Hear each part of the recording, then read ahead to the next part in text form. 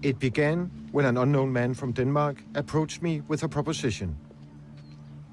This is him in his tiny apartment in the outskirts of Copenhagen.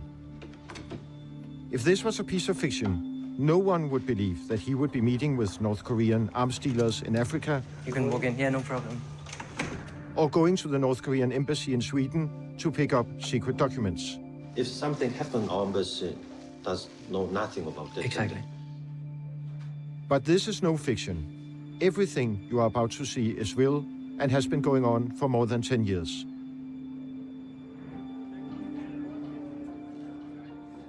This is him, age 14, somewhere in Denmark. He is celebrating his birthday. Among the guests are children who grew up in the communist dictatorship East Germany. Many years later, as a grown man, he will claim that befriending these kids and learning about the horrors of a totalitarian regime made him decide to infiltrate and expose the most brutal dictatorship of all. North Korea.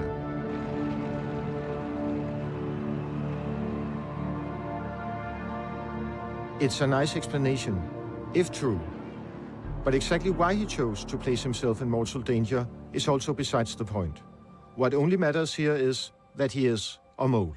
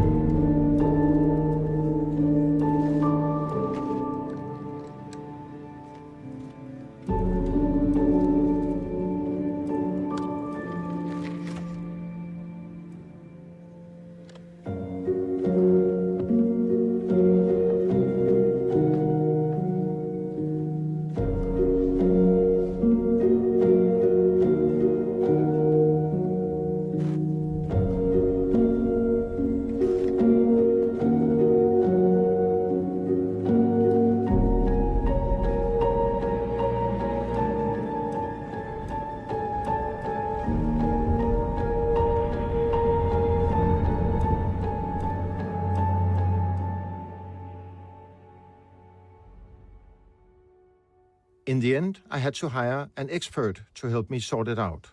Annie Machon is a contentious figure in the intelligence world, but this does not concern me. I am only interested in her skills in debriefing agents. So, Annie, the mole arrived last night, and soon he is ready for you? Do you have concerns?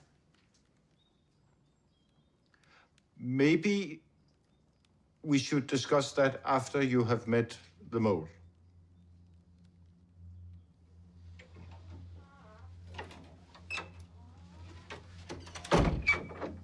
Hi, Ulrich. I'm Annie. Hi, Annie. Nice to meet you. Nice to meet you too. Thank you.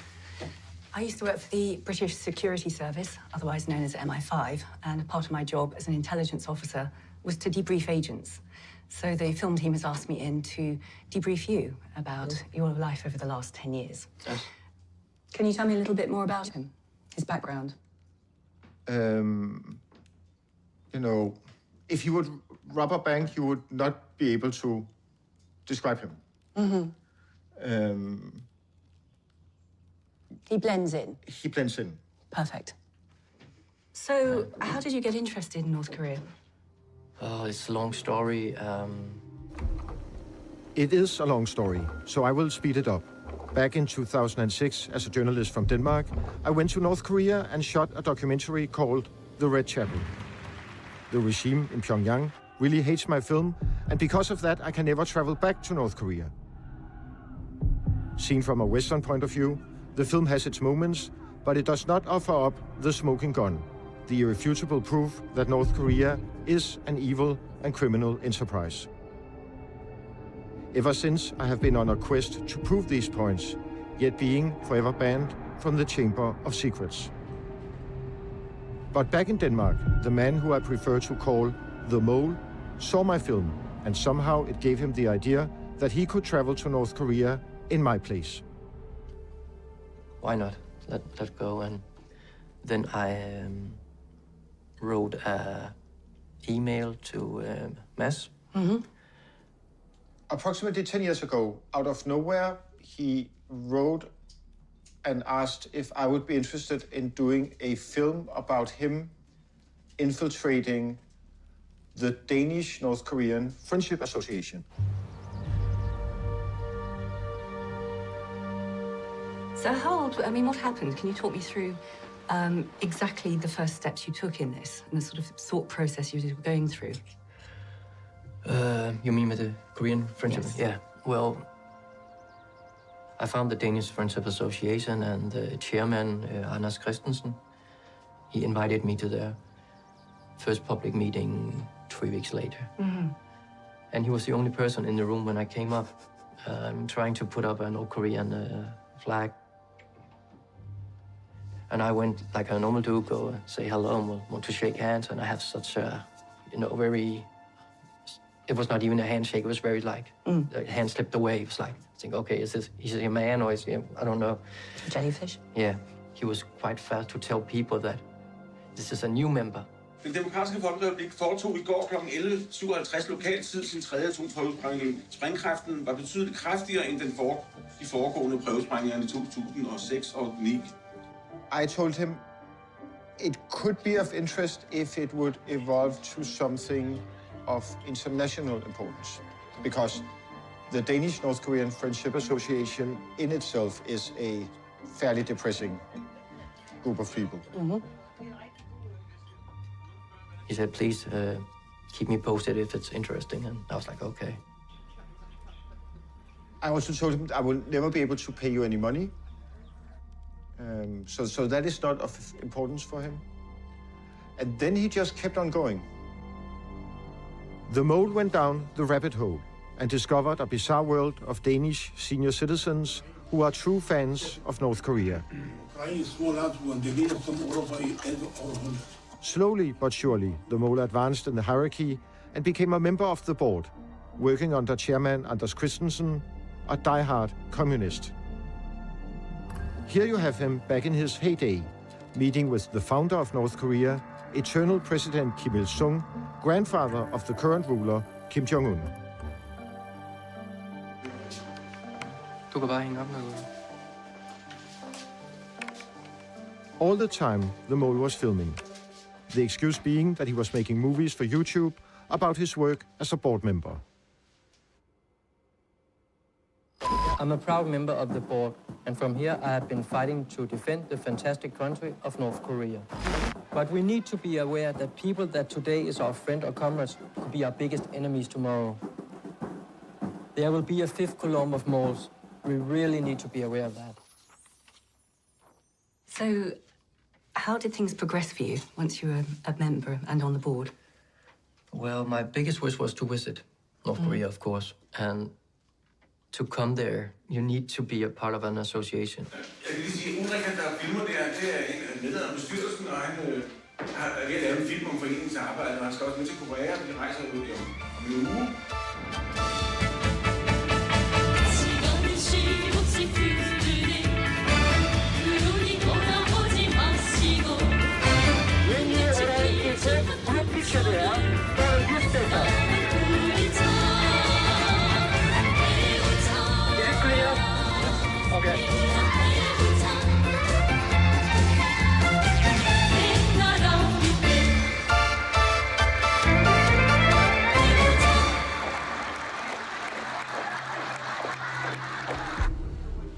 The mole went to North Korea, and the North Koreans took a liking to him.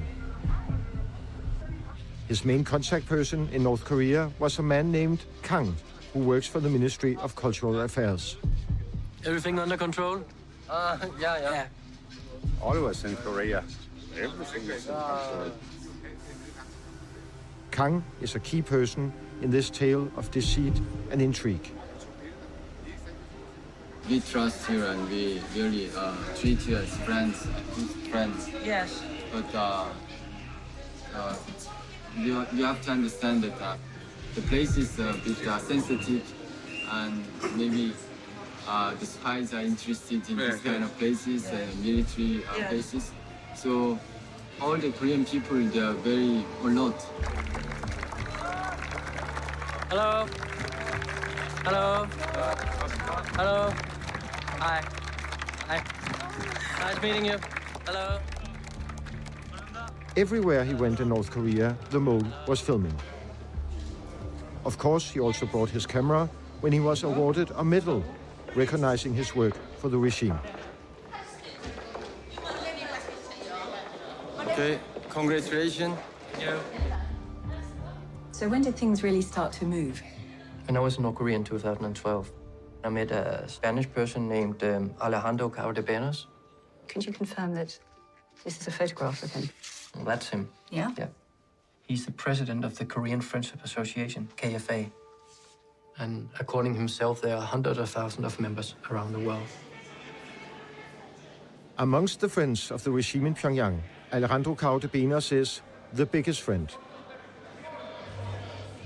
Compared to a small group such as the Danish-North Korean Friendship Association, the Korean Friendship Association is the international lodge for people who consider North Korea to be heaven on earth. Alejandro Cardenas is the founder of the Korean Friendship Association and is known around the world as the gatekeeper of North Korea.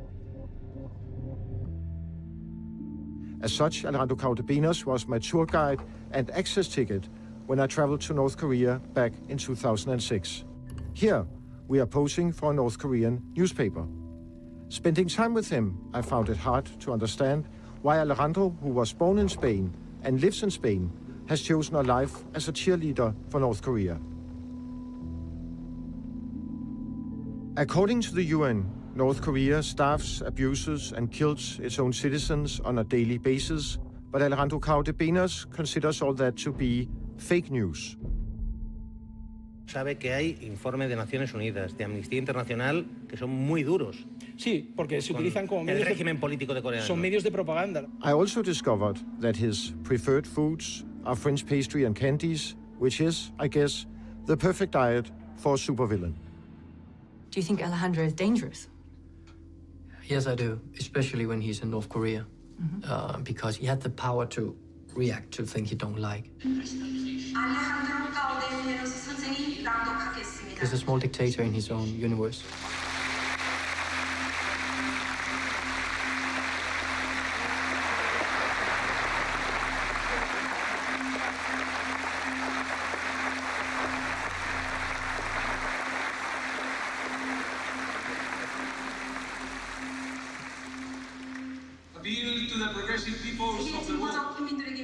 Alejandro Cardenas, ¿podríamos decir que es usted el único occidental que entra y sale de Corea del Norte con facilidad y que representa a Corea del Norte, el único occidental del mundo?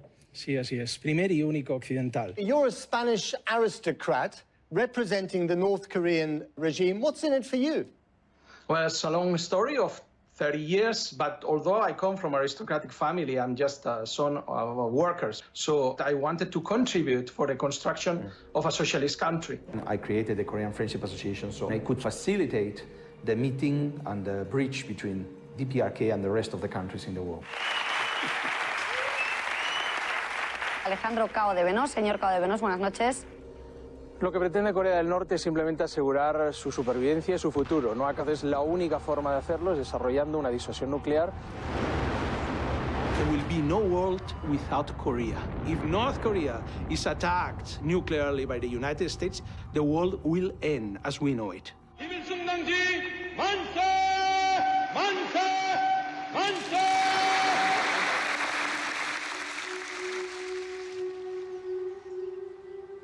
So you meet him in Pyongyang, and then you go back to Europe, and then your second meeting is when you go to Spain. Yeah.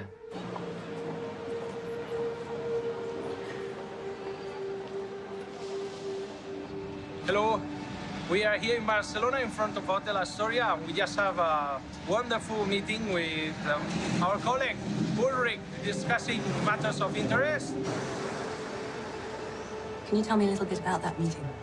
I was in a small hotel in the outskirts of Barcelona, and we talked like 2 or 3 hours. Of course, a lot about North Korea. And så er der overstået et herligt møde med den gode spanske kammerat Alejandro Cardenas.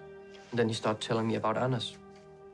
Så man må sige, at han er rimelig godt inde i, hvad Anders han har foretaget sig gennem årene, og kan se, at Anders han ikke udvikler sig, eller kommer med nye tiltag.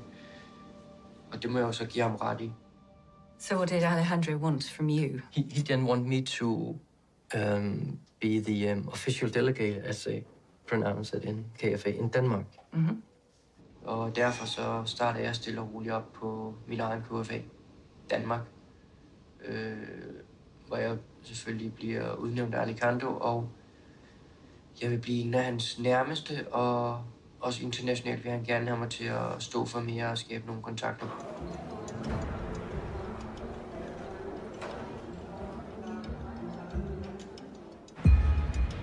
And so the mole began tunneling his way through the Korean Friendship Association, hoping to find the secrets of this global club for friends of Pyongyang. Long live our Supreme Commander, Kim Jong-un.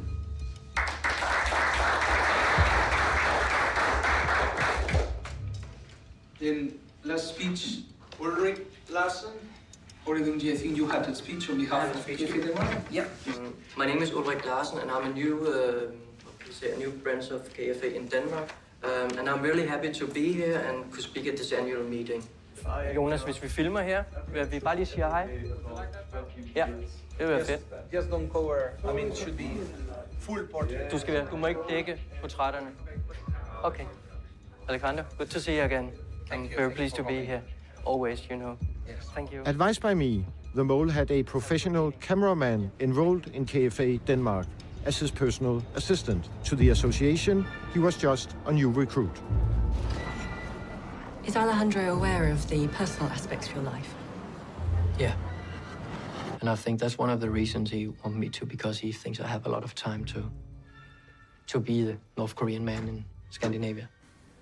A lot of time because in his real life, the mole is a retired chef who lives on welfare subsidies from the government because of some sort of chronic disease which prevents him from working. He is married with children and resides in the suburbs of Copenhagen, living a seemingly normal life. As such, he is the best mole you could ever want.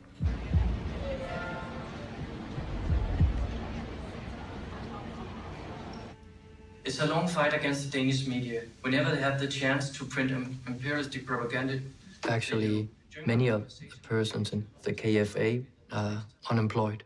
Their leader Kim Jong-il always fought the best among the eternal president Kim Il-sung, General Kim Jong-il as the supreme commander of the Korean People's Army. Leader Kim Il-sung had to get outside of Korea for this hub. I think they find something unique with him because they feel themselves welcome. Everyone loves a cause. Exactly.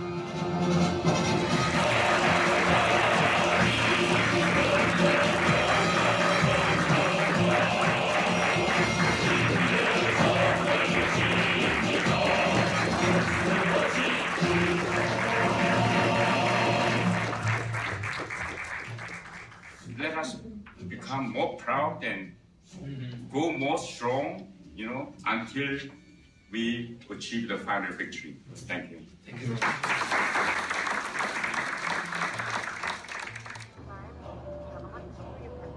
I participated in annual meetings in the KFA around Europe.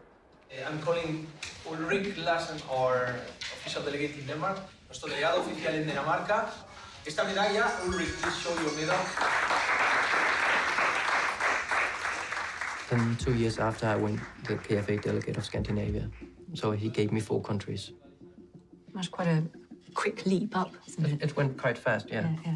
So what were your responsibilities in that? He wants me, of course, to react to the media. If they, all the lies with the team with the North Korean eyes. This is Ulrich out of Copenhagen. Here's what he had to say. In North Korea, you have many good things that you've never seen. I just came back here from a month ago, and I was surprised to see how bright the future looks for the North Korea. So, Andre, he's really picking up on that theme that Dermot had about a smear against North Korea.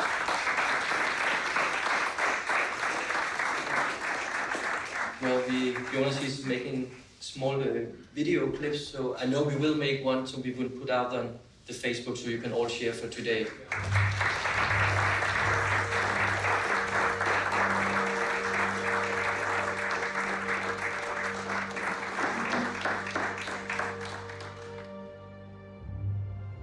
Do you happen to know if he's told his wife what he was doing? I don't think so. Når man er i Nordkorea, så går folk og lugter grimt. Ikke grimt på den måde, men deres parfumer, de er sådan lidt... der er sådan meget sprittet lugt. Og så var jeg så heldig at få sådan en af min far. Så jeg har gjort det lidt til en tradition, at når jeg er ude med i det her regi, så får den lige et par sprøjt, inden jeg går ned til mødet, så giver lugten mig en eller anden idé om, at nu er jeg i Nordkorea, eller under den nordkoreanske fane.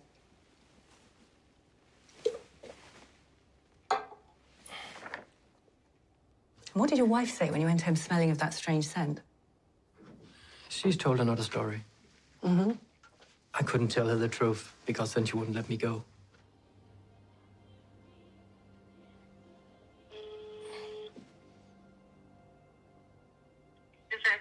Hej.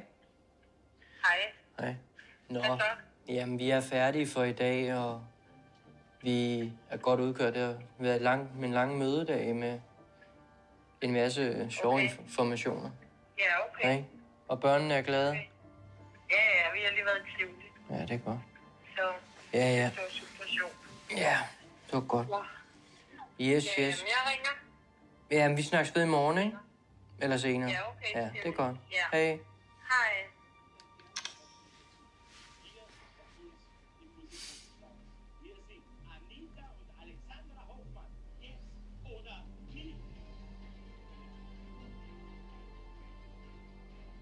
Why does Alejandro like them all? What does he see in them all?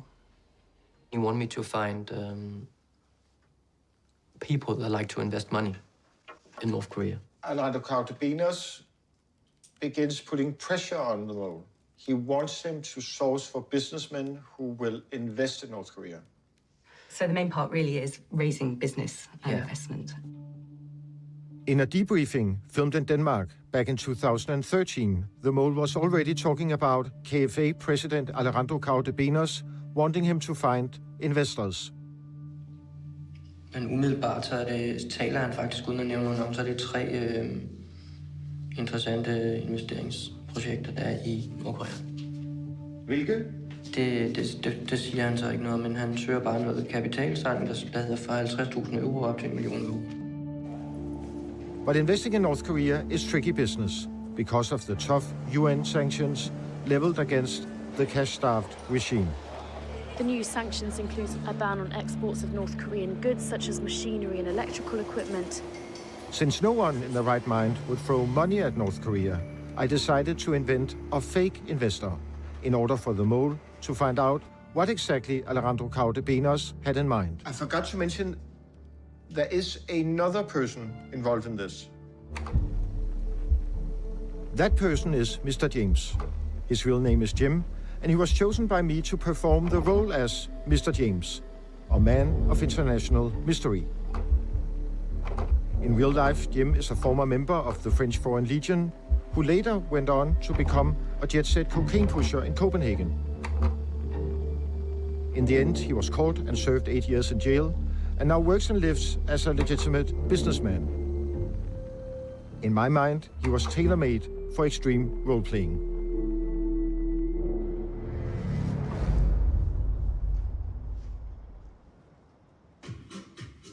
So I had the mole invite Alejandro to come to Oslo in Norway for a meeting with the man of his dreams, Mr. James, a dapper Scandinavian oil billionaire.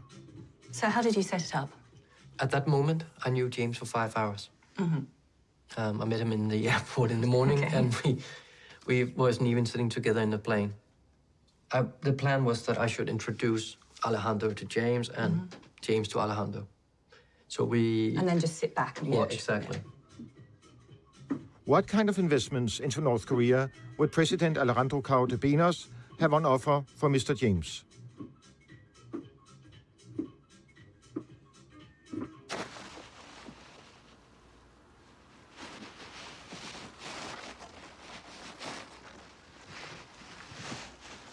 Good. I hope it's no good. You're used to it. I'm not.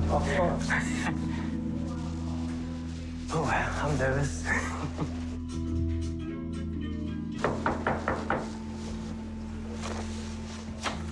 2 seconds. Oh, hi, dear. Come in. Thanks.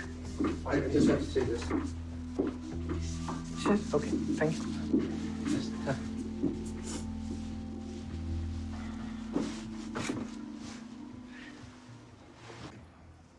Sorry for that. Hi, James. Okay. Pleasure to meet you, and This is James. thank you for coming. Thanks to you for that. This is Alejandro, the Korea. the president of KFA. And I'm a special delegate of the government of the Democratic People's Republic of Korea in charge of international Thank you relations. very much. And I would have loved for giving you a card, but my suitcase is still in Kuala Lumpur, so I just have my hand baggage. But by mail, we will send it to you. No problem. I've been in contact. Sorry, just to interrupt, but what sort of cover story had you developed for Well- James? I mean, Alejandro presumably would have done some checking on the background of James. I think he really just wants things to happen, and he was thinking about having something for the Koreans so he can reach an even higher level in North Korea. So he didn't need to know the name of this oil billionaire? No, I just told him actually his name was James. I work for investment family. Until now, our investment have been in oil, gas, weapons, metal, pharmaceutical. But our minimum investment is 50 million euro. 50. Yeah, 50. Because otherwise the revenue is not interesting. I have contacts up to our Marshal Kim Jong-un, so if necessary, I can report directly to the maximum authority, to our great leader Kim Jong-un in the country. We are under very, very heavy sanctions, as you may know, from the United Nations, especially forced by the United States. So we have a parallel way to do things. We have companies in China, in Southeast Asia, in Malaysia, and other countries for making all kinds of transactions. So they follow sanctions in the United Nations in the front of the TV, but in reality, they just look the other way. Did he discuss what types of business he would be looking for? Yeah. And it didn't take many minutes before Alejandro started talking about that they can produce anything in North Korea, which he likes to call the DPR of Korea, or DPRK. Our advantage, think about DPRK as the real only country in the world that we don't need to follow any rule from anyone. Whatever you do in DPRK remains in DPRK. Nobody ever can touch your accounts, your assets, even you are followed by Interpol. We are not even members of Interpol. So we can do things that no other country can do.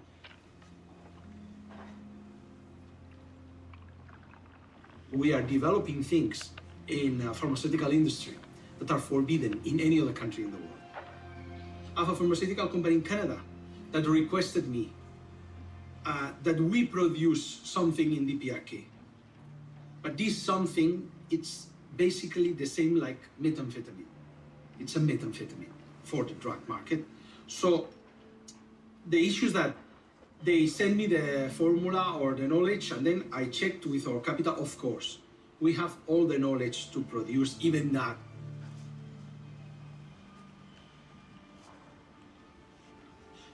Weapons actually is our main, but the problem is weapons in the moment that it's very, very complicated subject. But weapons, we can build submarines factories. We can build tank factories. We have, from the first screw of the tank to the last one, is made in DPRK. Missiles, all made in DPRK. We sell our missiles to Iran. Iran doesn't have our technology. All the medium range, Iran only has medium range. We have intercontinental ballistic missiles that can reach any part of the world. So, we have...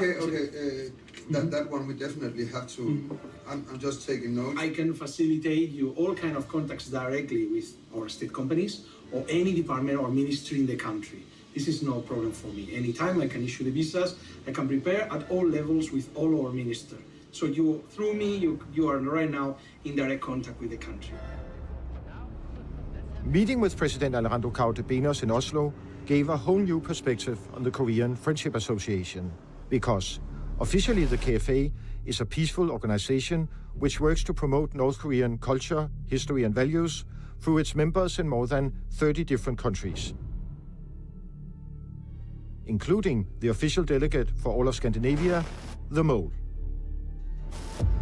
Was the KFA really being used as a front for dealing with weapons and drugs from North Korea, with Alejandro as the spider in the web?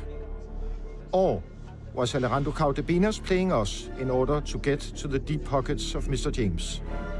And who was Alejandro really? Simply a buffoonish braggart acting as a useful idiot for the regime in Pyongyang? Or was he a highly connected and sophisticated international criminal?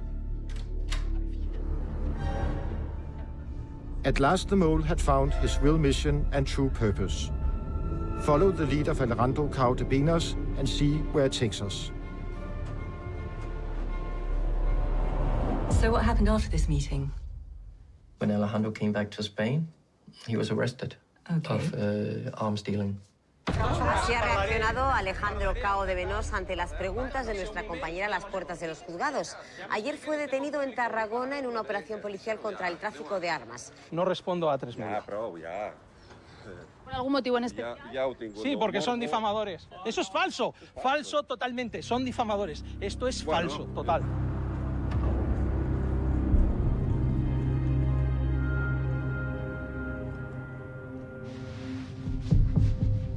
For the first time ever, the brave soldiers of the KFA would have their annual meeting without their president. A perfect chance for the mole to rise in the ranks. I'd like to welcome you all to 2016's International KFA Conference. Over the years, our organizations have been viciously attacked by reactionaries. This year's worst attack is towards our president Alejandro. The Spanish fascist authorities are not letting him leave the country, restricting his movement of freedom, accusing him of a crime he had not committed. Maybe one day they will understand that we're right and that they are wrong, but until then, keep on with the good job, comrades. Thank you.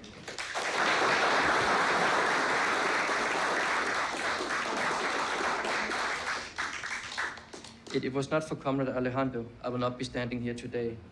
I commend him for constantly believing in me, supporting me, and guiding me. In the future, I foresee more people of the West, just like me, will realize that they live inside a broken and evil system. And so they will open their eyes and see what I see, a dream which can come true. Long live our Supreme General Kim Jong-un. Korea is one. Thank you very much. Korea is one! Hello? Hello, Alejandro. It's Ulrich. Whatever I can do to help you in KFA, just let me know. I will be there. Thank you. We always really count with you and trust all your work and your activities. So it's not only me, of course, my comrades in Pyongyang. Yeah? We don't have very close friends like you. We are only a few that are really, really thank you close very friends much. of the country. I feel the same back. I love you all in KFA.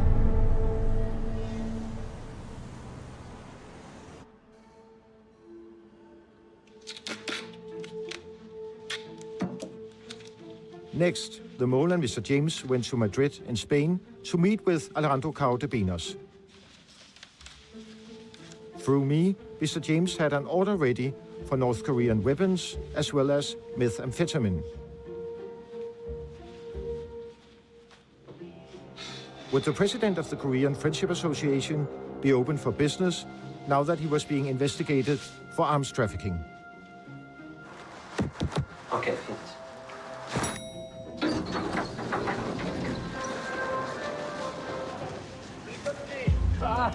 I can see you. Oh, hello.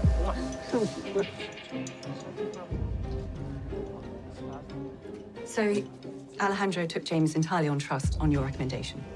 We need to put up a story. How I know James. And what was that story? I'm educated as a chef and been making food for some people where James went sending. And he just asked me if I can cook for him because he has a lot of parties, and so it's quite easy to get into that. Always busy. I haven't seen him long time, only, short telephone, email, and he don't reply email. Hey, my friend. Once again. Alejandro. Good to see you. Very easy. I'm sorry. Sit down. See. I continuously follow by different secret services from different countries. So they retain my passport. The order of the judge is that I cannot leave Spanish territory because I had weapons. I had machine guns and I had guns at home. And I always liked all kind of weapons and practice. Who doesn't? So at this meeting in Madrid, does James give any ideas about why he's interested in buying this sort of materiel? Well, he likes to sell the weapons to the enemy of Israel, which make Alejandro quite happy. Basically, it's the weapon we're very interested in. Hitting Israel is a way to say, fuck you, USA. Yes. We need to sit down with the right people straight away. Yes, sure. Our army, they are used to sell finished technology to governments. So it's going to be complicated to negotiate the sale of whatever short or medium range missiles with a private person. But talking about chemistry and components that you need, that's more easy. Because kind of we are providing technology and we are providing you with experts that you rent, but we are not selling the finished. Ah, okay. So, okay, that's fine for me. Well, I can guarantee you that you will have the meetings with the right people and that it is possible to bring those scientists, let's call them, overseas. But of course, the terms of negotiation is something you have to arrange. But actually, you are being received by my closest comrade, and he knows what you are going to be discussing about. He knows him also, Oritongji, because he's Kang Hyung-yu. So Mr. Kang Hyung-yu, he will be waiting for you in the airport and arrange everything to talk with the right people. From now on, we are on thin ice. Yes. We have to be very careful. Yes. But that said, there's a lot of money to be made. At this point, he's stuck in Spain. Yeah. For legal reasons. Yeah. But he can organize your trip with James to North Korea. We agreed to go to North Korea in January 2017. Okay. Going on a secret mission to North Korea calls for careful planning. So I had my first in-person meeting with the mole and Mr. James together, making sure that Mr. James especially knew the most important rules of the game.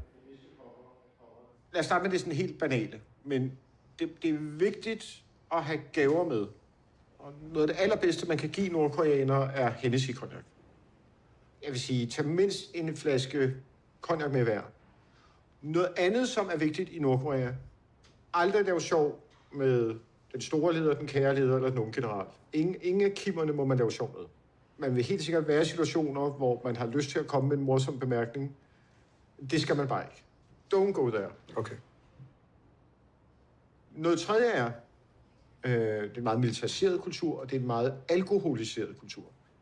Der er næppe et land i verden, hvor de drikker så meget som i Nordkorea. Hvis man er dårlig til at drikke, mister selvkontrol, når man bliver fuld, skal man ikke tage til Nordkorea. Aldrig skjulte optagelser. Aldrig falde for fristelsen til at forsøge at lave noget i det skjulte. Jo mindre I fremprovokerer noget, jo bedre. Jo mere de kommer til jer, jo bedre. Det er jo ikke mig, der skal købe noget. Det er dem, der skal sælge noget. Lige præcis.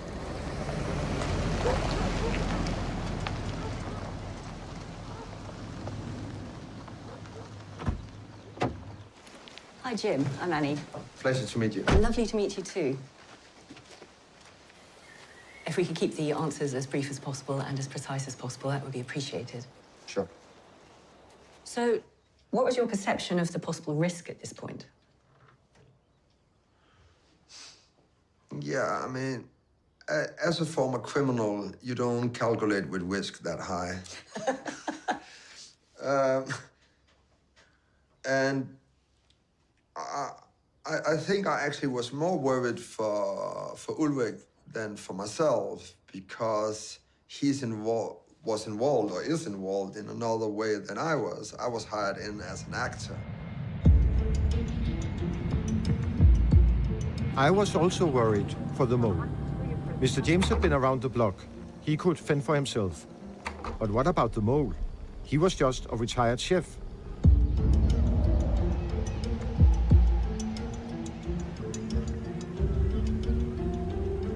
So I took him to see a teacher who could give him a crash course in what is known as tradecraft among spies.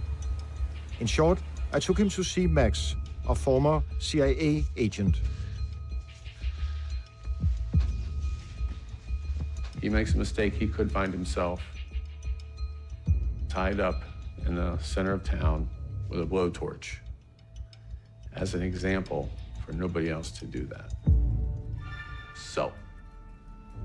But why trust a former CIA agent with the identity and secrets of the mole? It's a good question. Max had been fired from the Central Intelligence Agency and was not in good standing with the company anymore, which made it safer to trust him. I'm gonna kill you. Why? Okay, yep. Anyway, I was in need of someone who could teach the mole the ropes before he returned to North Korea. If somebody's holding a gun on you, you're not gonna expect them to take it away, all right? All you're looking for is a split-second edge. And besides, as the saying goes, who can you trust these days? Observation skills. But I say what's common is common, and what ain't, ain't. That means if it's common, that's usual for the area, okay, that's normal. If something stands out, it stands out for a reason. So you gotta be aware of your surroundings. You might as well give them your phone and say, here, look at it, because that's how easy it is nowadays. You have to assume they can read all of your messages. So when they look at your emails accounts, and they can go way, way, way, way, way back, they're gonna feel like you betrayed them. You didn't really believe in socialism or communism. You didn't really believe in North Korea as a place to go. You didn't really believe in it. That was all just, you were a mole.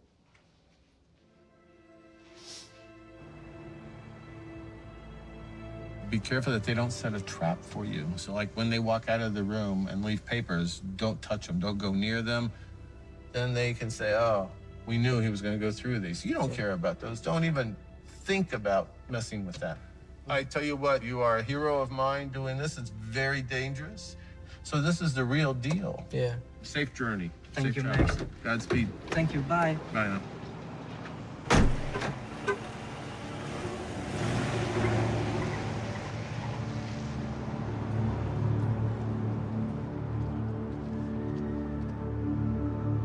Right in the middle of these anxieties, an American university student was arrested in North Korea. Son was sentenced to hard labor for stealing a propaganda poster. The warm beers. His crime was simply stealing a poster from his hotel in Pyongyang. Another American front and center in Pyongyang's propaganda parade. I entirely thank you, people and governments of the DPR Korea, for your forgiveness. Please have made the worst mistake of my life. Otto Frederick Warmbier, a University of Virginia business major, making a dramatic, emotional confession. Please save this poor and innocent scapegoat. Think of my family. Warmbier's parents issued a statement saying they were relieved.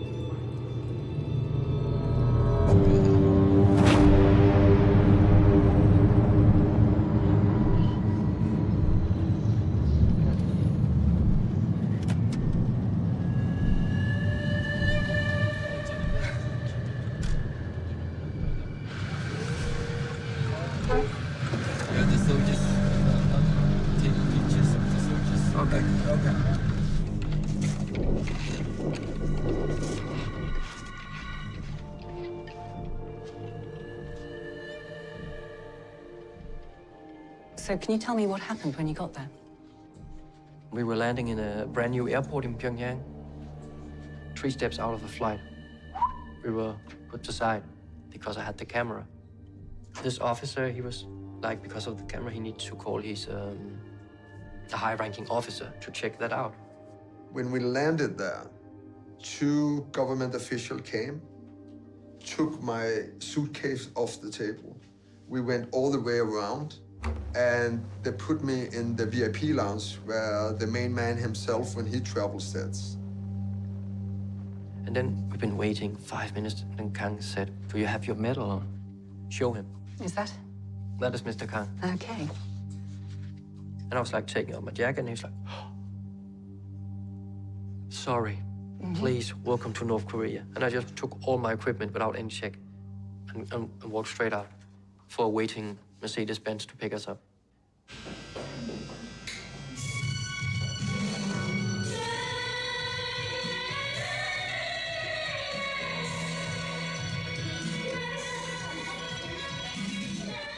The first evening, I had a great dinner with a lot of alcohol.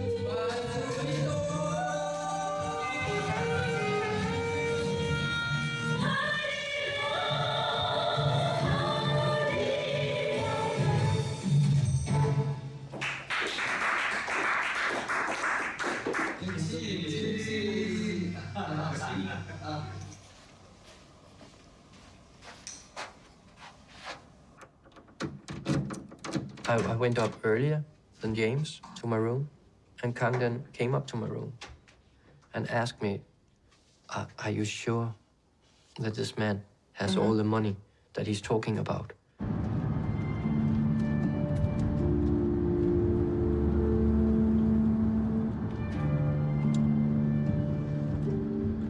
So how did the deal progress once you were there?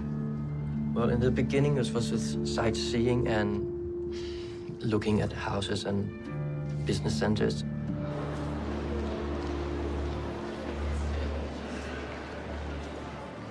Kang, could you tell shortly where we are going?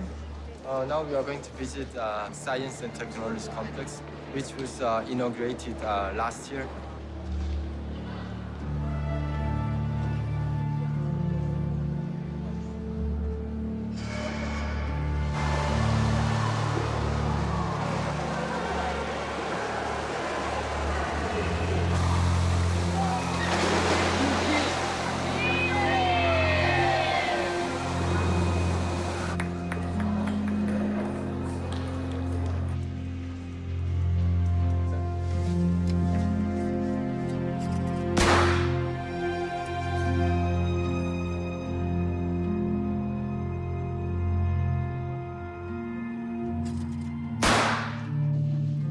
I must say, at this point, I didn't see anything close to everything I was promised.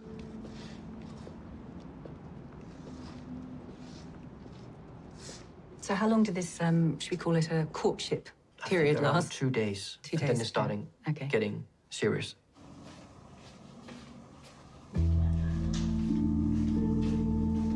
Suddenly, the third morning, we got picked up. We were looking at each other like, okay, is this another sightseeing or what?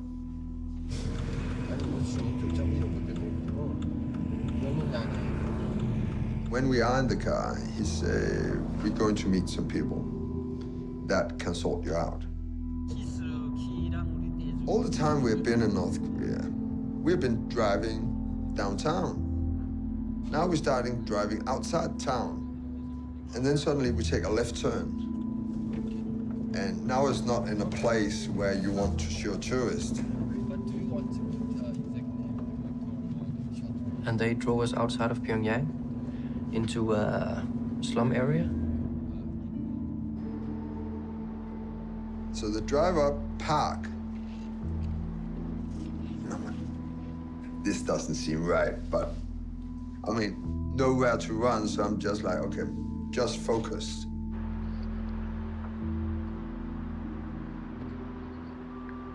And they want us to walk down in a basement. I'm walking down this stairs, and it was really creepy. But then a big door opened, and we came into this luxury conference room with a big table with a lot of food And suddenly we are in a really, really nice restaurant. Under a basement in a very rotting house. Yeah. Were you frightened? I try not to be.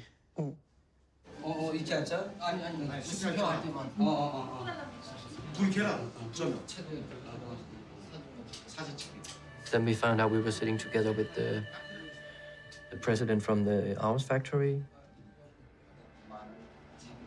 Is this when this photograph was taken? Yes, that's. So can you tell me who is who? This is the president of the arms factory. Mm-hmm. This one is the intelligence officer. Mm-hmm. His English was really good. His questions was definitely different of the other, and he kind of start interrogate me. And it's in that time I have to come up with a company name, because we didn't have a company name at that time. Okay. So he says, "What's your company name?" I said, "The one who's taking care of this is Target Group." I was like, "Please remember that name." Then there was one we refer to as Stoneface. Mm-hmm.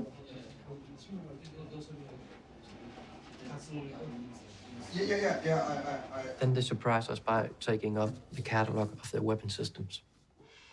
And I was like, okay. They give me pictures and say, "This is what we can sort you out with." Like a sort of menu? Yeah.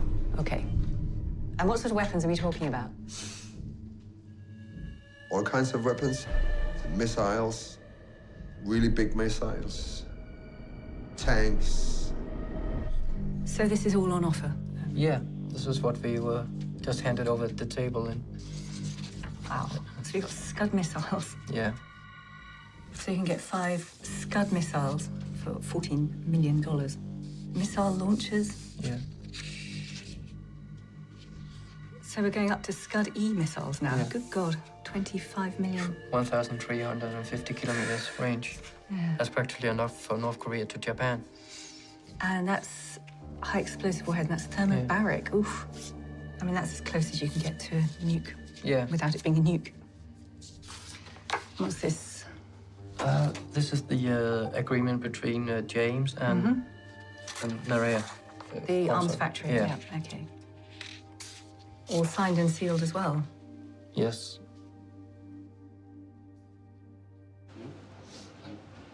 And what was Ulrich doing during this meeting when you were signing contracts?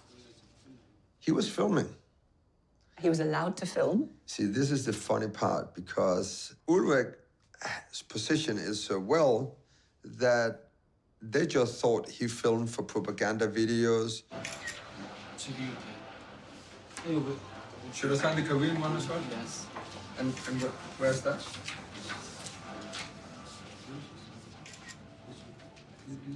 At this point, you're in a secret underground lair in North Korea, facilitating the signature of a weapons contract. What is going through your head at this stage? Many things. First of all, I've been practically lying for my wife for 7 years. So I was thinking about that.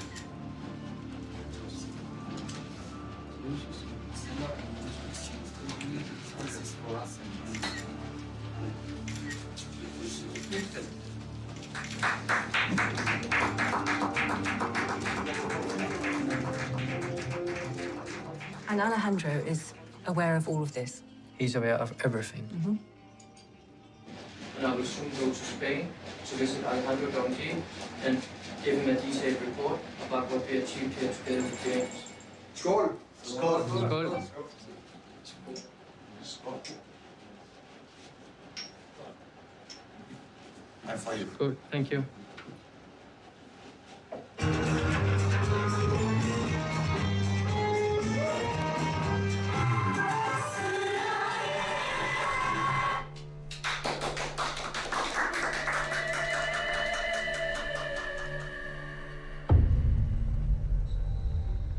So we agreed on building a factory outside North Korea.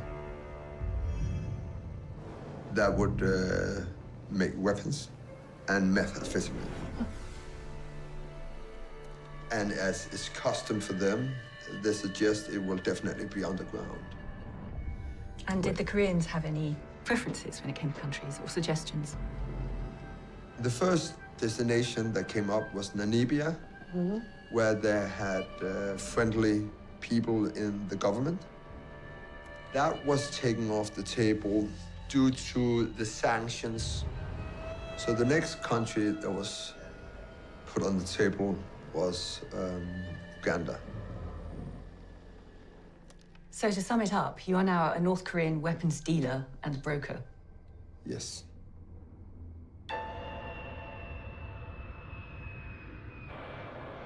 Good evening, and it's great to have you with us here on a Monday night. And we begin with late developments today, the worsening horror for a mother and father from Ohio. Their son, who was just returned from North Korea with severe brain damage, has now died. Since the moment their son was sentenced to hard labor for stealing a propaganda poster, the warm beers were fighting until he was released. The look in his eyes, which I didn't know he was blind at the time, was absolute horror. Horror, like he'd seen the devil, and he had. He was with the devil. Jamen, så starter vi vel med at sige velkommen tilbage. Mange tak. Tak. Back in Copenhagen, I was shocked to discover what my two proxies had accomplished in Pyongyang. They had brought real raw intelligence with them. As the scholar Andrea Berger writes in her study, Target Markets, very little is known about pricing on North Korean weapon systems. But here was a fully detailed menu in hard copy. Mr. James being appointed as a North Korean arms broker seemed like the figment of a sick mind, but here also was a signed and sealed contract drawn up in English by the North Koreans. Before Mr. James came along, only a few non-Koreans had been known to broker weapons for the regime in Pyongyang. Back in 2011, the British arms dealer Michael Ranger was arrested for brokering a deal between Azerbaijan and North Korea, but he was a highly experienced arms dealer in a dangerous game for experts, let alone amateurs. Nevertheless, Mr. James and the Mole had scored a jackpot. Og jeg er blevet forfremmet til, eller fået en stilling. Jeg har fået titlen af Honorary Position of Business Agent for Naraya Trading Corporation. Denne titel skal jeg så viderebringe til min kære ven Alejandro, for vi har jo aftalt i Korea, at jeg skal mødes med Alejandro og aflægge en rapport omkring besøget.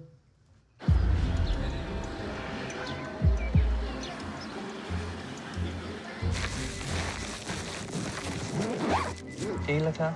Det hele er godt. Hvordan sidder kameraet her i brystet? Det sidder fint. Alejandro, how are you? Perfect. Welcome to the bunker. Thank you. Thank you. Yeah, the bunker. Perfect. It's hot here. We have minus 21 in Pyongyang when we were there. Oh, really? To prepare the Mole for his next mission, Alejandro would now provide guidance on how to operate as a businessman in Uganda. In Africa, nobody is going to take care of you. No. The life of James, your life, my life, is worth $50 US.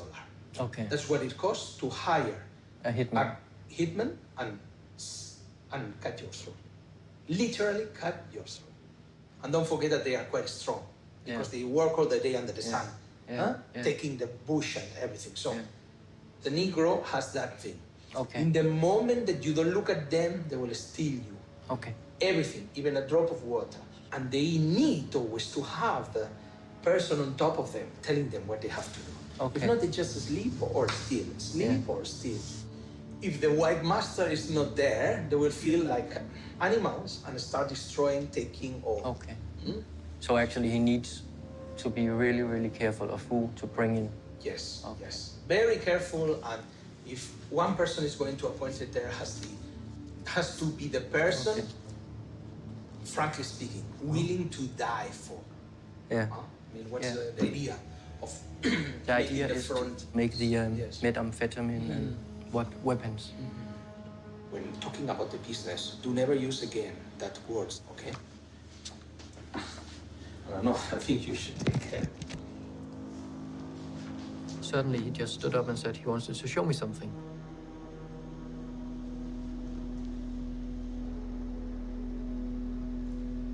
This is a bag detector. It will detect any kind of bags that you may carry in your body or someone may have put to you. Okay. If you had a micro or something in you, it will make the signal. Okay. Okay. Okay. Perfect. You were mic'd up. I was mic'd up, yeah. Try my phone. Okay. Here's a signal. Up here, maybe.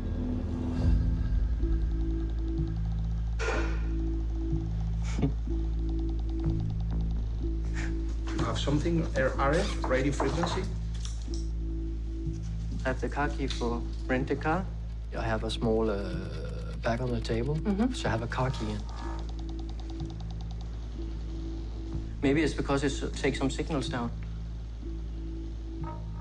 This is by remote control. Okay. So it was sending the signal to that. Okay. But this is, I sweep it many times. We don't have anything here. Please do that every time before we come. Yes, yes. Okay. So, when talking about the business, you have to find two words to talk about two things. Yeah. Do never use again that words that you used before, okay?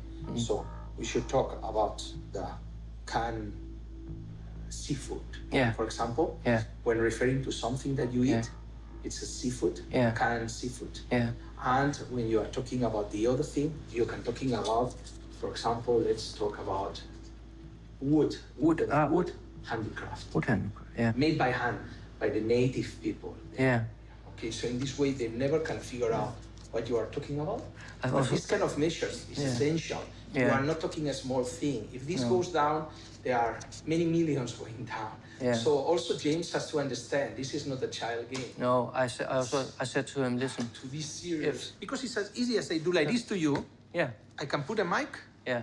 Oh yeah, you can. Hey, just hey, hello, welcome to Barcelona. And then you don't have no idea that you are broadcasting information. It's good. We need that, You need- especially. I will Especially the good one. The good ones. The good Russians one. ones. This is just basic. Already. So that's all. No, we discussed all the issues. Yeah.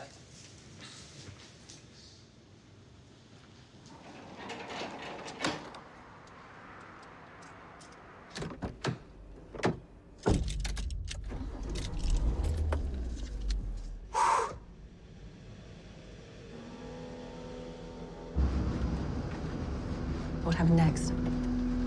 I jump in the car and then I start to feel bad.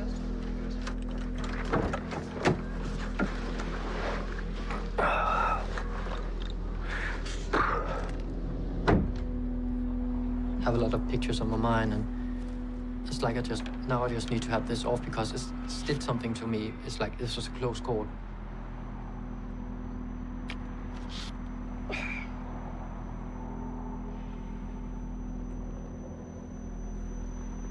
So, just to be fully clear here, he was fully briefed on the plans to build this secret factory in Uganda. I love the idea. Okay. Yeah.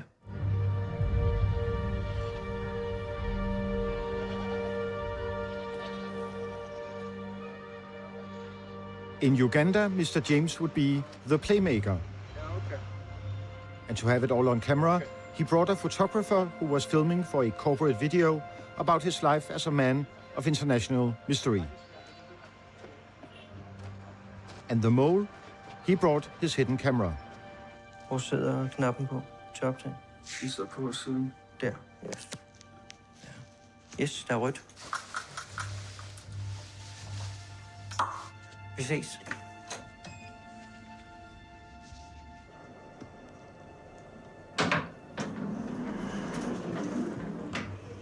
So what happens next?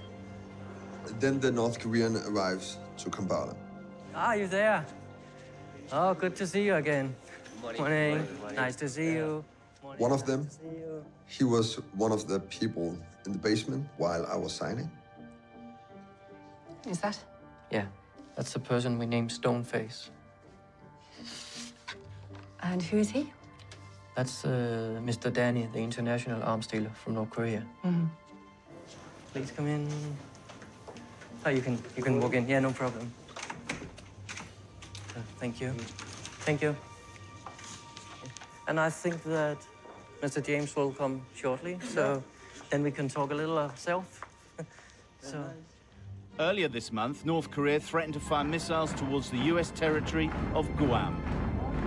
This provoked the US president into threats of war. I read in the news that the DPRK had a successful missile test this morning. Yeah. I don't have any concerns, but I just think with this President Donald Trump, he's a crazy man. What did he say? North Korea best not make any more threats to the United States. They will be met with fire and fury like the world has never seen. We are continuing to launch missile until the America and the hostile country stop to, provocate our country. There he was. Morning. How are you? Nice to see you. Good. Hi. Great to see you. 2 seconds. Just close here. The idea was to buy an island and build a weapon factory underground. So I've been looking at an island. Yeah. This island is perfect. It's in middle of Victoria Lake. So if airplane comes down, people on the mainland would not even see. Souvenir.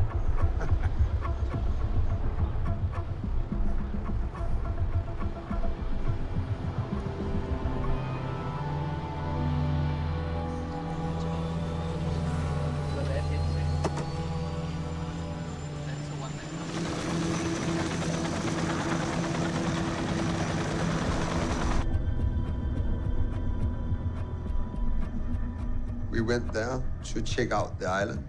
How had you found the island in the first place? Oh. Google. I found a place where you can buy private islands. And I could get it for $5 million. This idea is very good idea. We construct the factory building, and then after that, we must provide some equipment. Yeah, but equipment depends on the product. So you purchase from us. First, we can do, for example, the missiles or several kinds of missiles. Yeah? So you bring your own aircraft to our country by under the name of the humanitarian aid. Yeah? Yes. You can bring some, the clothing, some food, and then we can loading all the contractor items. And then you pay money for us, and then you fly back. We can provide you everything, from small ammunition to the big missile, as well as electro warfare item also. Radar, all the communication system, everything we can do.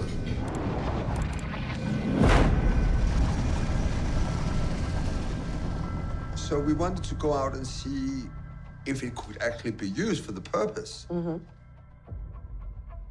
And before we went there, the real estate man on it, he said that he had told the people on the island, because there lived people on the island, that we were there to build a hospital. So the whole village is there to welcome us.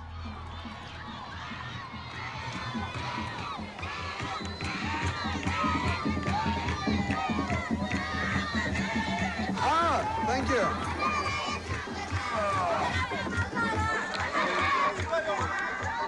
We are waiting for someone who's going to take us around.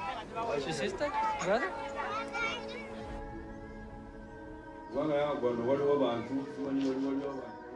What I was saying, to introduce you as a friendly party to the people on the island.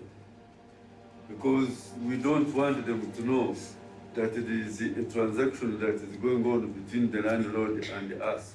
And this is why you told them that I was there to build a hospital? Yes, a hospital. Okay, Yes. I see. So I need your cooperation. Eh? Yeah. Okay, now let us pray. I bless these people in Jesus' name. We want to thank you for bringing us. This guy, he'd say to me, I have told people on the island you're gonna build a hospital. I said, what? I don't look like a hospital guy. My duty is to remove those people on the land without causing friction. Okay. Yes. And how fast can we have them move? Maximum is 4 months. That is included in the price, right? Yeah, yes. So this is where they play football. I think there could be a great landing field here. Yes, very much so. Okay, perfect. Okay, that is good. That is good. But now situation, now America, watch our country. American the intelligence the agency, they should not know about this.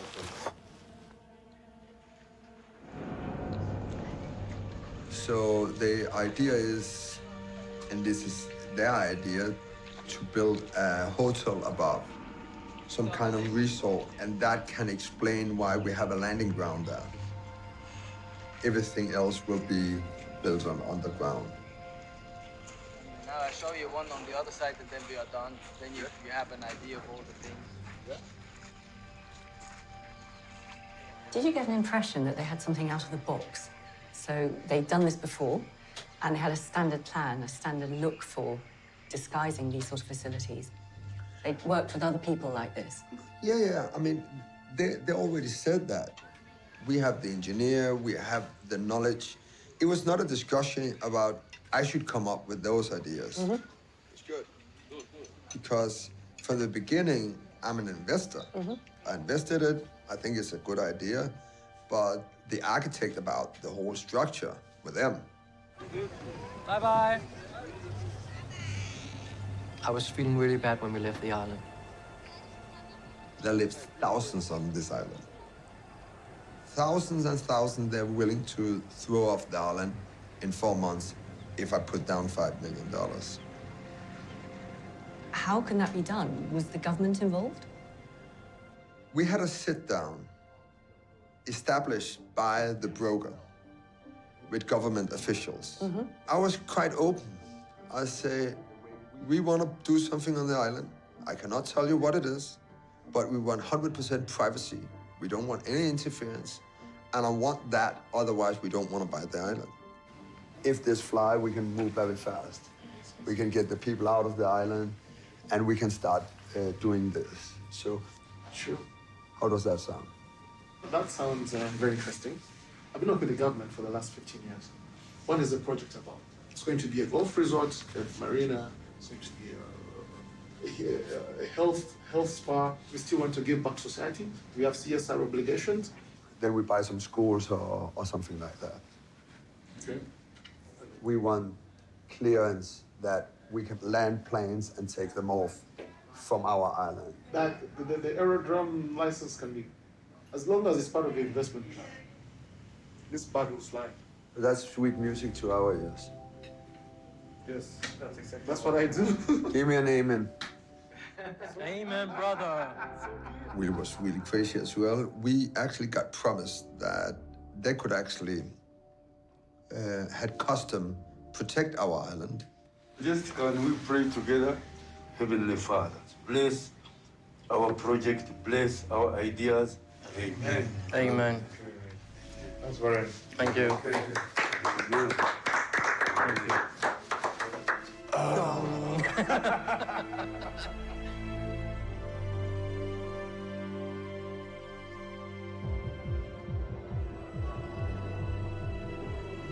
So although the true purpose of the project was not revealed to the Africans, buying the island in Uganda and using it for a secret weapons and drug factory seemed to be right up the alley of the North Koreans, which was kind of important to prove.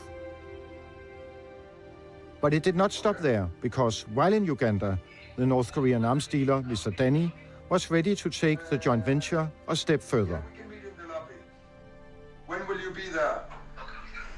Okay, I look forward to see you. Take care. Bye-bye.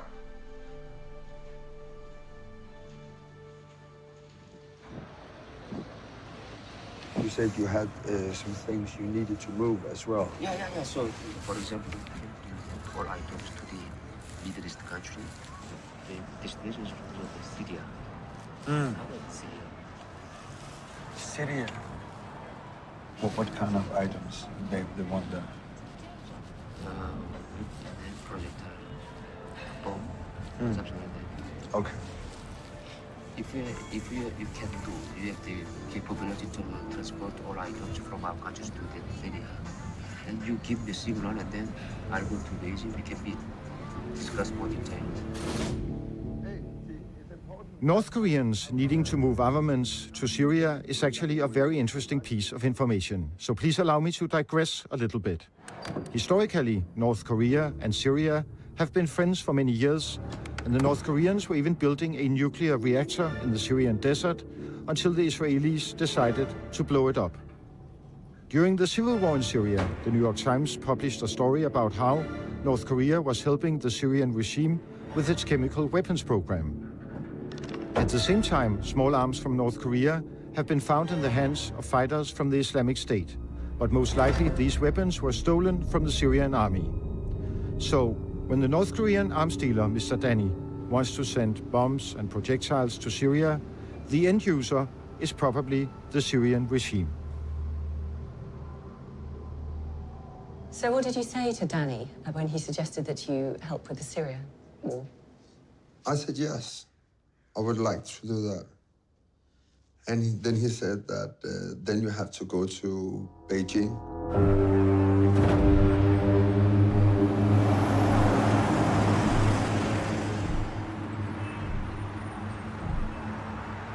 Something I still feel bad about is sending Mr. James to Beijing to meet with North Korean arms dealers.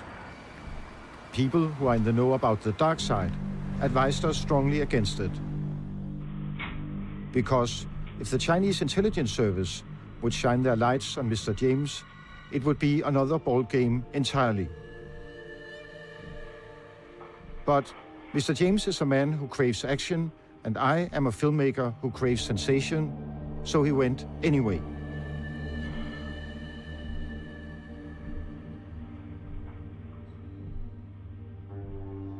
Before I'm going to Beijing, I've been in contact with Mr. Danny, who said he had passed it on to his collaboration partner, and he will take it forward. Sit down, and as custom, I brought you something from Denmark.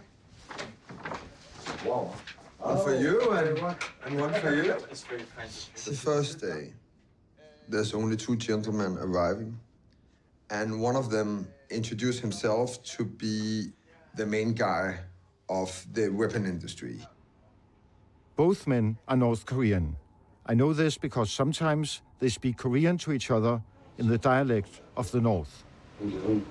솔직히 지금 딱 막혔기 때문에 영어가 오늘 다 준비가 돼 있기 때문에 솔직히 해서 그러면 우간 내리고 25명 노동자가 를 들여보내도 무슨 준비가 돼 있다고 한다고 얘기합니다. Clearly, the two men are in the know about the island in Uganda, which seems to be a top priority. 아니 땅 전사가 지금 공정지에서 내 말이 또 우리가 무슨 작업 정치를 But can they trust Mr. James? I don't know if Danny has already talked to you about the business we are doing. Your weapon, huh? Weapons, okay. Yeah. He said to me, we have a collaboration with Syria, but our problem is to give them the armory. Do you think you can help us? Is that correct? Yeah, Syria. You have contacts in Syria. Yeah. If you give me a list of the people that you officially not can contact, then I can contact them because I can travel here and there on behalf of you. They may smoke here? No? Outside? I don't know. Okay. I go to the toilet. Which one is the toilet? The toilet is out there. And No, it's in there. Okay. Asking for names of clients and contacts in the world of arms dealing seems to be a showstopper.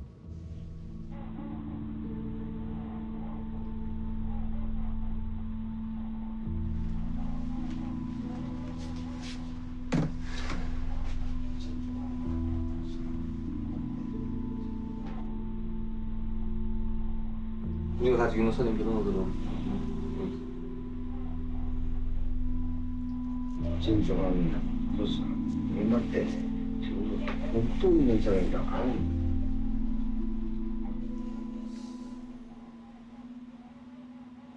And actually, I was kind of sad when I was in North Korea. It was in January, so it was very.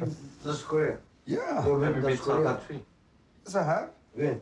In January. I was This a week. year? Yeah. Who invited you? Khan. Mr. Khan. Yeah.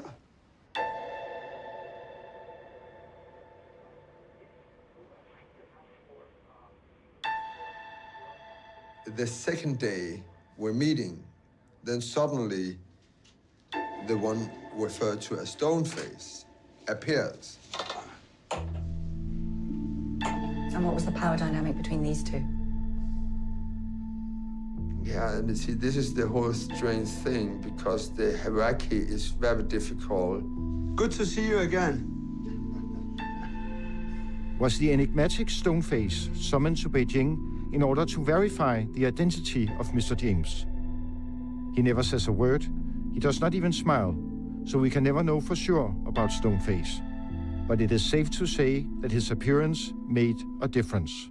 We should check everything very carefully. Even these words have ears and eyes, you know. Yeah. We are looking for the right person who's handling. It means for transportation. For example, this one, rifle, gun, air-to-air missiles. At this moment, we are cyber control the country and they are waiting for standby this one. Are you confirmed you buy the island within 3 months? Are you confirmed? What I will do is that I will fly down there personally and stay down there until it's bought. The only reason why I went to Uganda in the first place was because you told me to. Head of Chamber of Uganda lawyer, my close partner. So if you need, I'll help you. Okay. Please consider their ways of life and their ways of the working style is quite different, you and us. Today, yes, drinking, yes, tomorrow, forgot.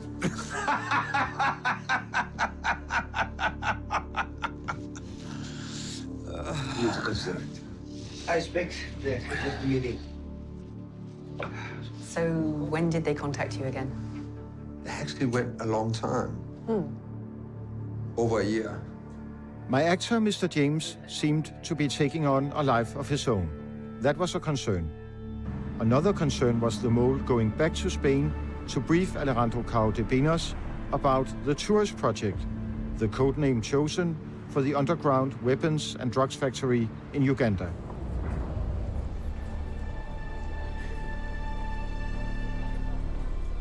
By now, the mole had been undercover for more than 7 years, and paranoia was running high. So far, no intelligence service had caught on to us, but every time we met with Alejandro de Pinos, we had to consider the possibility that he was being followed by spooks. At the same time, we also had to consider the risk that Alejandro would upgrade his counter-surveillance with new devices for discovering microphones. From now on, the mole would only meet with Alejandro in a hotel chosen by us, with security on standby next door in case his cover was blown. Yes, and I have a small TV. Soon Alejandro would spring another surprise on the mole, but first a piece of nostalgia. You see, going to North Korea with Alejandro as my tour guide back in 2006 left a long-lasting impression on me. Apparently, I had also left a long-lasting impression on Alejandro de Pinos, and so had my first documentary about North Korea, The Red Chapel. The film stars 2 Danish-Korean comedians who go to Pyongyang and lampoon the leadership, which means that I am not Mr. Popular in North Korea anymore.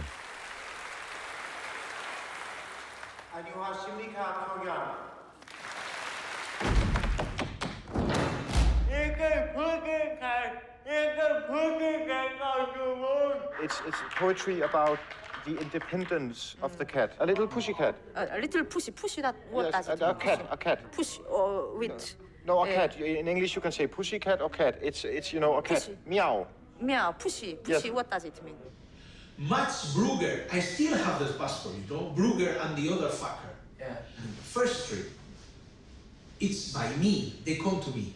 They were there more than one? Yes, they have been 3 times before making red chapel to North Korea. Suddenly, I received a call from Pyongyang. Alejandro, you know what happened in the red chapel? I know nothing, I was not in the meetings. I only brought them in the first trip. I don't even know that they come second time, third time.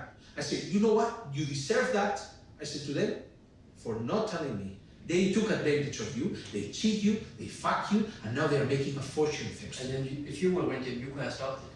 Of course, yeah. I know sarcasm. I know how they think.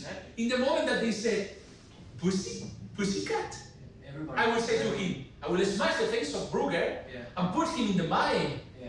And he will smash his face in North Korea because he cannot prosecute me because he's under the laws of the country. So I will do that. What the fuck? Anyway, never mind. There's nothing. Sarcasm aside, Alejandro Cardenas is a man who thinks big.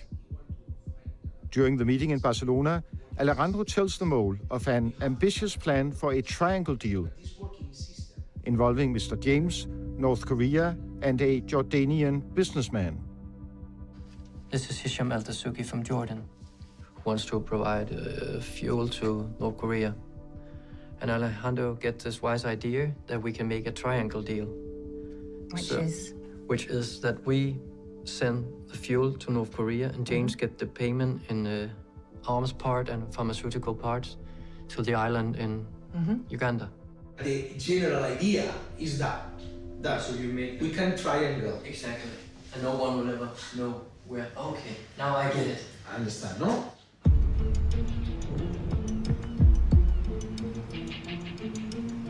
If the mole could get Mr. James to Spain, Alejandro will introduce him to his plans for triangular trading.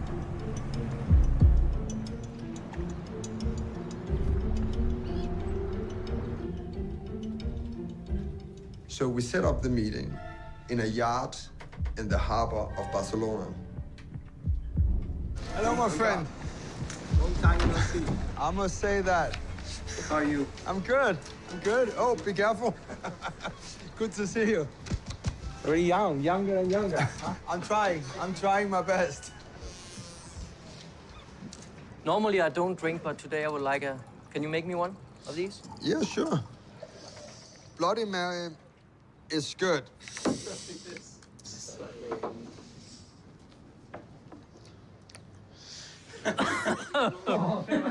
So let's start first by the triangle. Yeah, so the concept is very easy. When we were looking for oil due to the sanctions, I received the order from Pyongyang, from our government, to look for different sources. Someone willing to sell oil to us that doesn't mind sanctions. So this is a deal that our company, Narae, wanted to do with Mr. Dasuki. Mr. Kang told me, look, we are also doing the business at the same time with Mr. James. So why don't we make a triangle? Instead of you paying to our country, which is a little complicated because, as you know, the sanctions and so on, and the nature of the business especially. So instead of going direct, why don't James pay, like you are buying the oil, let's say, you are buying this oil, not the DPRK, although we are the one receiving, and then from this amount, then can be deducted from the contract and for the operations that you are going to realize in the tourist business. So we will receive the weapons, and then we give him money, and then he gives oil. Exactly. And he don't have a problem with selling oil to NK? Not at all. So he knows how to get the oil there without getting the boat stuck? Exactly, yes. So it's kind of pirate? Yeah, kind of. Yeah.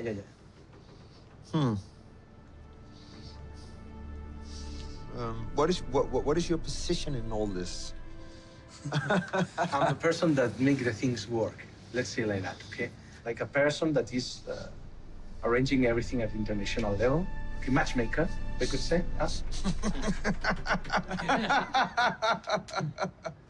We could say that normally most things comes through me. I'm in the middle of many of the most important transactions of our country. And I hold positions which I cannot tell you in our country, but a very high level in the ministries, okay? It's a ministry that is over all the ministries. So an agreement like this you can sign on their behalf. Sure, exactly. And guarantee my security. Exactly. Okay, let's see. They just think I will hand over money. And I'm like, I'm not handing over any money. I have met you, I have trust in you, but I want to meet this Mr. Dasuki face to face.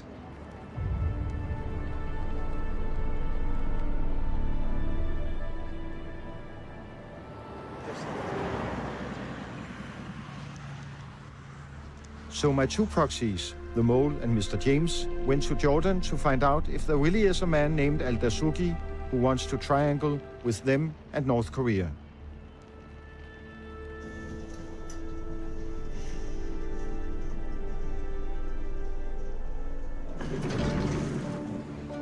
Have a nice day.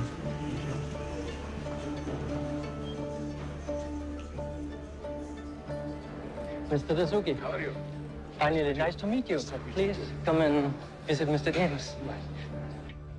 And Alejandro sent me the best of his greetings to you. Yesterday he sent me a mail. Oh, okay. Yeah, I spoke with him yesterday also. Yeah. So I'm happy that we're finally here now. Alejandro, really? This man, I like him so much. That's good. He's my number one comrade. I love him too. He's Tell me so many things about you. I like you so much. Thank you so much. He's very how to say, passionate. Yeah, he's a fighter. Please. Hello, James. Oh, I met a nice man in the reception. Suddenly it happens. Hello. Welcome. Take a seat. Thanks a lot. Nice to see you. Salute. And just for me to understand the kind of business. Okay. Yes. My business now, I am do for two things. For petrochemical and for petroleum, for oil. I make some relation with some friends. Government. Good business, good idea, trust, that's all what you need. If you have a lot of money, all the doors open to you. So for your share, you pay off the government, so we are safe in this business. Not your business, it's my business, it's my Okay, side. okay. No, not your names, not any names. Not my name also, I tell you, I be friendly with you, not my name. No, of course. Because I must keep my name clean. You have a middleman who takes the blame if there's a problem. Yeah, this is what I do. Because get a thing to North Korea right now is a bit tricky. Yeah. You have satellite up your ass all the way. Each time I spoke to Korea, and he come back, again, we change the name of the ship. You get again a new name to the ship, because you can, because one time they're going there after writing the blacklist. What's the thing to do? When you import or export, don't make me your shipping direct. Must there is point, stop, change document, and then go. I tell him, if you need, I can do that. I can do it, fine. Something dangerous, very dangerous. As machine, as anything. I can do this. I know how to do. You know, Eva. I mean, I guess that's the food. Hello. Please come in. I just go to the bathroom. Yeah, sure. It's out here, right? Yeah.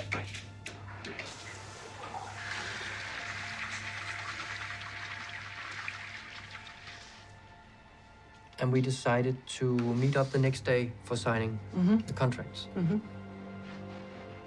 Nice to see you again, my friend. Thank you so much. Thank you. This is a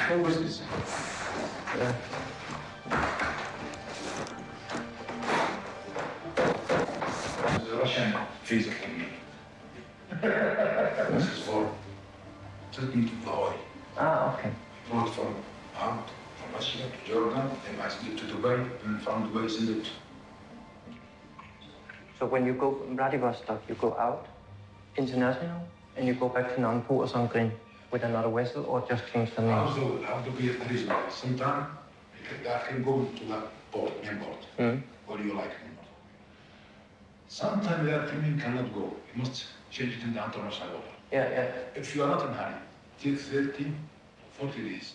Because it takes long way to go from Yeah, they need to, exactly. That's kind of them. Yeah. To be far away from the component like satellite or some kind of governmental pressure. Give you contract, how much can sell per year? 10,000, 10 million, gives you, anybody can sell anywhere. It's up to you. They are ready money. Yeah. That's what. Okay. Yeah, I understand. It's like mafia. Okay, we are the mafia. You and me and we're the mafia. We are the same, yeah.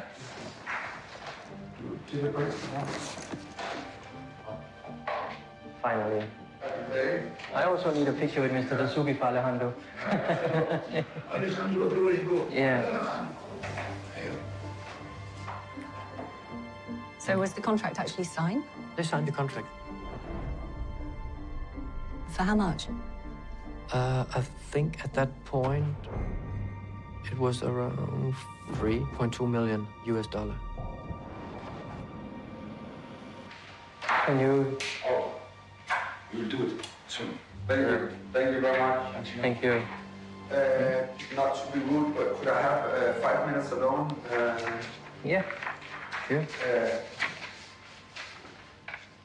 I just take a sip and I walk out.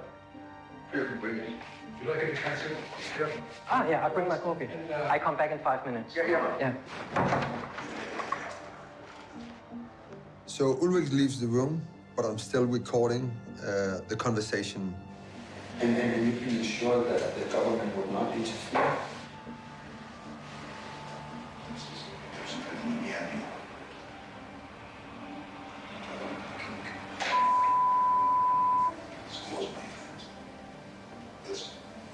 Okay. Here, Al-Dasuki mentions a major Jordanian power broker, but due to legal reasons, his name cannot be disclosed.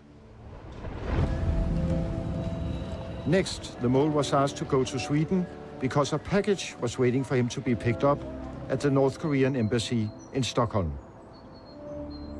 Hello, Ray. I'm here. How are you? I'm fine. The sun is so beautiful today. Yeah, So Kang wrote me. he sent this photos Ah. to check here.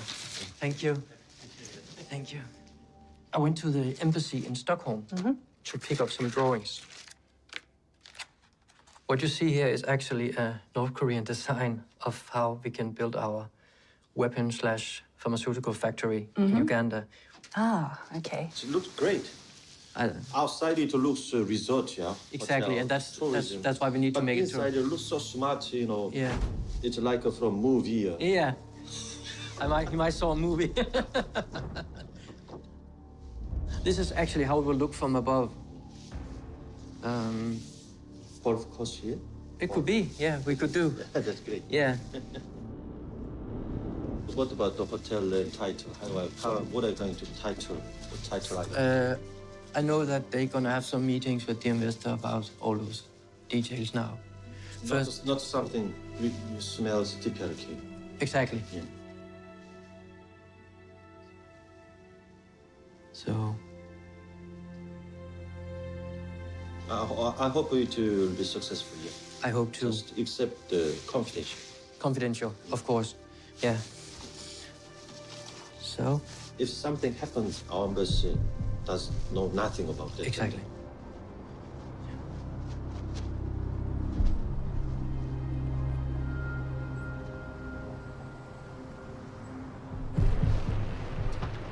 Thank you for the ride.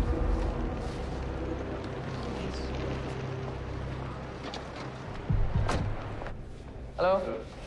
This is one of the staff of Mr. James. He will lead us to the room. Yeah. Then, in this tale of intrigue and deception, a new character made his appearance. It was Mr. Ju, a North Korean envoy who came to Copenhagen to do business with Mr. James. Last time the world met Mr. Ju was in the Australian version of 60 Minutes, where he acts as a smiling mouthpiece for the regime in Pyongyang. We were weak, but now we are strong. Single-hearted unity, great leadership, and we have the ICBMs. So I usually say to Donald Trump, come to me. I will choke you with my H-bombs. Wow. I planned my trip to Denmark in order to expand the tourism market into Scandinavian countries. And what is your connections to our collaboration partners? I have a close friendship with Mr. Kang Dong-kang for many years. Mr. Kang asked me to become a representative of the Norway Trade Company to sign the contract. So I have a document here.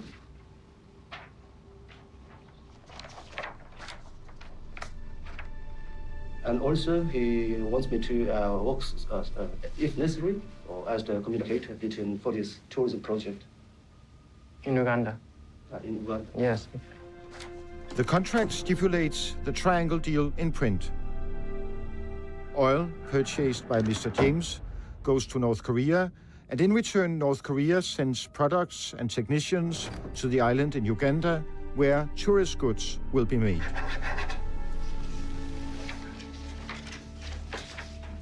And here you go. Thank you. And you have my pen. Danish tradition. Danish tradition, or actually you have the hotel's pen. But And did Alejandro know about this deal as well? He was well aware of it. Yeah. He was well aware of it. Skål! Just do one try. Oh, exactly. Let's try this one. Now, the North Koreans would discover that Denmark also is a very alcoholized country. And skål. All in one. Skål.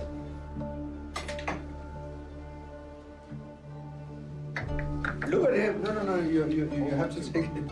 Kimchi!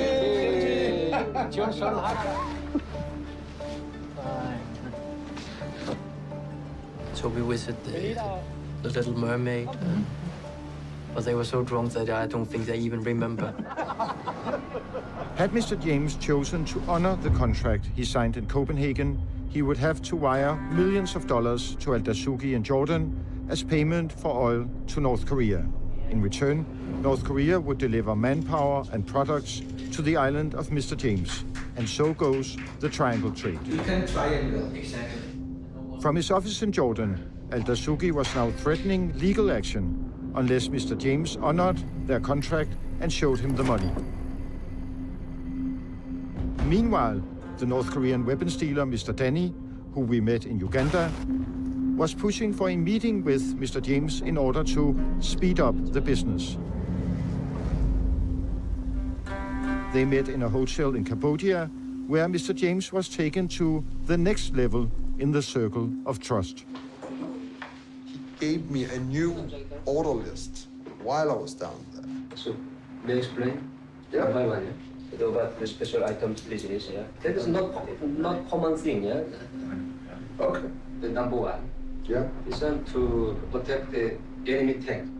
And then number 11 can attack the drone. Send the impulse, very powerful impulse to the drone, and then drone will be drone like that. In Cambodia, it became apparent that the sanctions are working. The North Koreans are desperate to find clients who will buy their weapons. And it seems like Mr. James is their big white hope. Now Syria, the IS already defeated. So in this situation, for us it's very difficult to find the clearance who want to buy some of this military armament. If we have any clearance, we can supply them through you. If I'm saying, okay, listen guys, we want to buy a huge amount of weapons, we can get that. And what about the triangulation deal? Where's that left at the moment? We have the island. Yeah. We could start that project tomorrow. So this is where you've left it? Yeah. They still trust you? Yeah. For now? For now. But not for long. The investigation had gone as far as it could, so Mr. James had to disappear. Thanks to my intervention, Mr. James went off the grid and simply vanished, no longer answering his phone nor his emails. In short, Mr. James became a ghost. Meanwhile, the mole was taking care of business as the KFA delegate of Scandinavia. First, he went to London to protest against the BBC, together with his comrade-in-arms, the British delegate of the Korean Friendship Association, Mr. Dermot Hodgson. Hello everybody, this is Ulrich and Dermot. We are at the BBC, which is the British Brainwashing Corporation. BBC. The BBC are continuing their lies about people's career. Then, the mole went to Spain for his last in-person meeting with his president, Alejandro Cao de Pinos. Oh, thank you very much. You insist, I insist. Okay. Several items were on the agenda. Dermot is British, and I have been in his home. So frankly speaking, They British like tend to this. be quite dirty. Yeah. They love dirty, moldy, rusty things. It's like they love it. Old carpets on the floor. Or not all carpet, but he Dirty entered carpet. with the boots full all of over. mud. Yeah. Mud in the house, you know? It's so But different most to- important was the sudden disappearance of Mr. James. It's difficult to trust people you don't know. Of course, and even of course. people you know, like Yes. James. Yes. Oh. Yes, no, that really make us lose a lot of money, a lot of time to you, to me, to Korea. I feel myself like a big idiot. I mean, am I the right guy in KFA now? Because I feel myself responsible for No, what's because happening. we know exactly who you are, Yeah. and we know who is him. I have to have some meetings always with this kind of rich men. I'm used to this kind of exception, people like Mr. Dasuki, who is a very rich man, very powerful, very influential, but very humble person. James is an opportunistic person who just wants to get whatever and push out everyone without recognizing the work. You have been loyal, even as a servant, more than So loyal. loyal, yeah. Frankly speaking, I didn't tell to you, but your way of treating him and the way he was treating you, it was from servant to the Lord. Put me a Bloody Mary, what do you want, Alejandro? Then servant, Mr. Ulrich, of course you are my comrade. I felt so bad, you know, when seeing you, but we are playing a game, so I have to accept that. I was also playing my games for him, for making. I know that. That he wants us and he wants. I know that. us to We are keep North playing, Korea. we are playing the games. You know that you must have people that you can fully trust, because if only one goes to the CIA, only one, you are fucked forever. To top it off, the mole had been chosen as the host of the annual KFA meeting. All along, as the puppet master, it was I who wrote the speeches for the mole, and now he would deliver his final sermon. Dear comrade, the KFA is at war, and we have every right to wage war against our enemies, because one person can change the outcome of history. But what about me, you might ask? What have you been doing as the KFA delegate for Scandinavia? I will here present you the tourist project. Well, here it is. Mana, can you take this one down, please? And just put it on the floor. As I had planned it, the mole would share the fruits of the top-secret work he had been doing with his mentor, Alejandro. Beautiful hotel with swimming pools and hotel rooms, meeting areas, golf course. Of course, the mole would only use the coded phrases for methamphetamine and weapons, which Alejandro had taught him in the bunker in Spain. When referring to something that you eat, it's a seafood, canned seafood. And when you are talking about the other thing, you can talking about, for example, let's talk about wood. Wood. Handicraft. Wood handicraft, yeah. Made by hand, by the native people. Yeah. In those rooms here, it will be possible to produce organic seafood or woodland handicraft. There's built a road up here, which will go up to an airstrip, so we can fly out our products to sell in the world. You're welcome to come up and take pictures if you like. Okay? Thank you. And sorry Following the annual KFA meeting, one member of the Korean Friendship Association praised the tourist project on the message board of the KFA. Alejandro Caudebenas told the mole to delete everything at once. Also, a member named Jean-Paul left the KFA because he panicked about spying and hacking.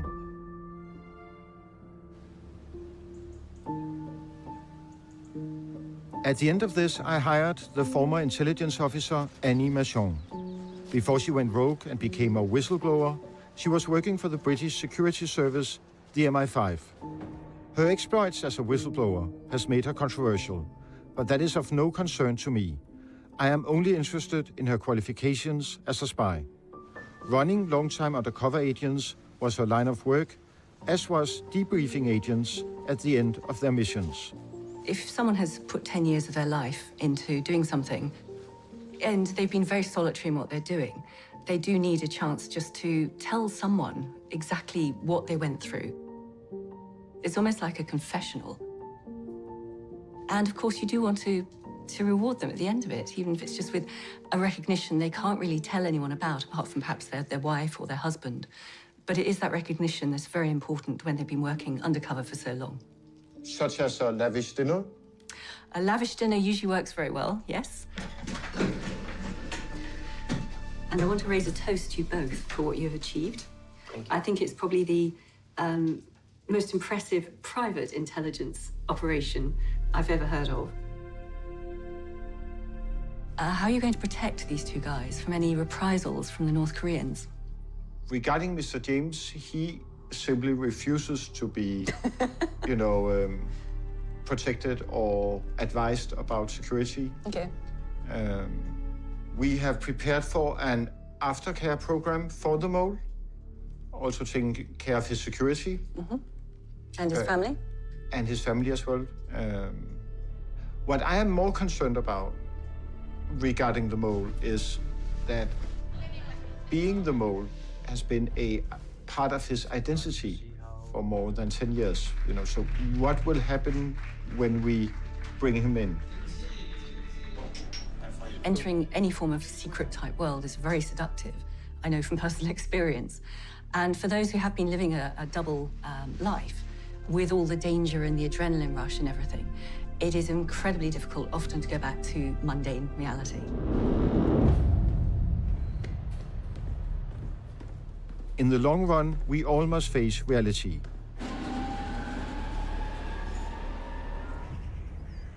So finally, I went to the suburbs of Copenhagen to see where the mole lives and meet with him and his wife.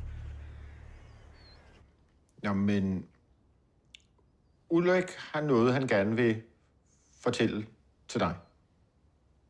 Ja. En rigtig lang historie. It is a long story, but let's cut to the ending. Så et eller andet sted, så er jeg lidt stolt af mig selv. Og håber, du på en eller anden måde er lidt imponeret over det, jeg har prøvet at opnå, og det, jeg har prøvet at dokumentere for omverdenen. Jeg er bare rystet. Og jeg synes jo et eller andet sted, at du er en idiot, fordi du ikke har fortalt mig noget. Ja.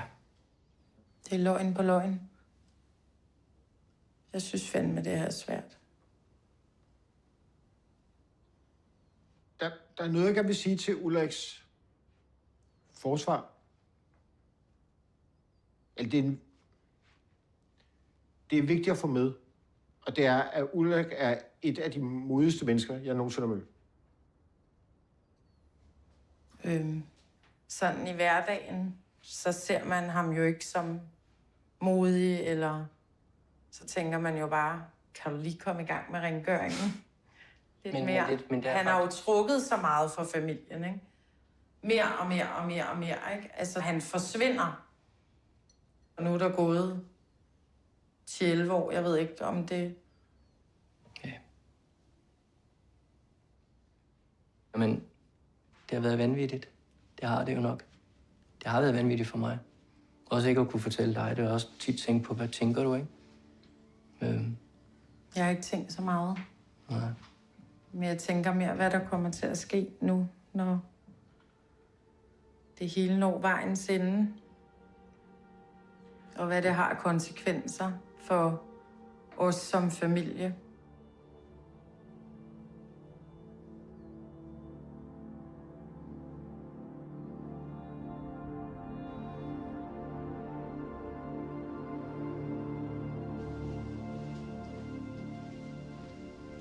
Du skal sidde derude. Ja.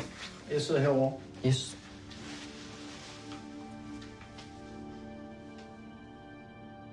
The only thing left was an even more difficult conversation. Mit hjerte banker. Er du sindssyg? Og den der. Hello? Hello, Alejandro. I can't see you. Oh, start video. Okay. Hello? How are you? Yes, fine. And you? Well, I'm fine. So that's nice. Alejandro, before we get started, I have a few things I want to tell you. Yes. First of all, why I've been so interested in North Korea. And also to find out the truth about you. All our meetings together has actually been filmed. And I've been acting like a mole because I'm making a film with you. And I would really much like you to meet the instructor who's been helping me through this movie. So I hope you will answer his questions. So please meet him here. Hello, Alejandro. Yeah. Yes, hello. We meet again. Yeah? We are recording this conversation, and I should inform you that everything is on tape, and we basically know everything. So this is the end of a very long story. Alejandro, are you there?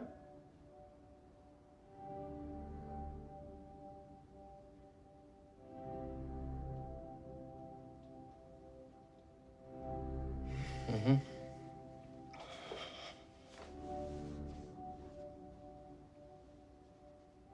Hej. Han har afbrudt. Han har afbrudt? Han satte hånden over, kunne jeg se, og fumlede på en stopknap. Da han gik på skærmen, der var jeg næsten klar til at løbe på toilettet. Men da jeg fik åbnet munden, der var jeg ligesom bare tilbage i, hvis man kan sige, i muldvarperollen. Men ja. Vil du gerne være muldvarpe igen? Ikke på samme måde. Mm. Eller, man skal aldrig sige aldrig. Ulan. Det er godt. Puha. Og jeg, så kan vi se det igen?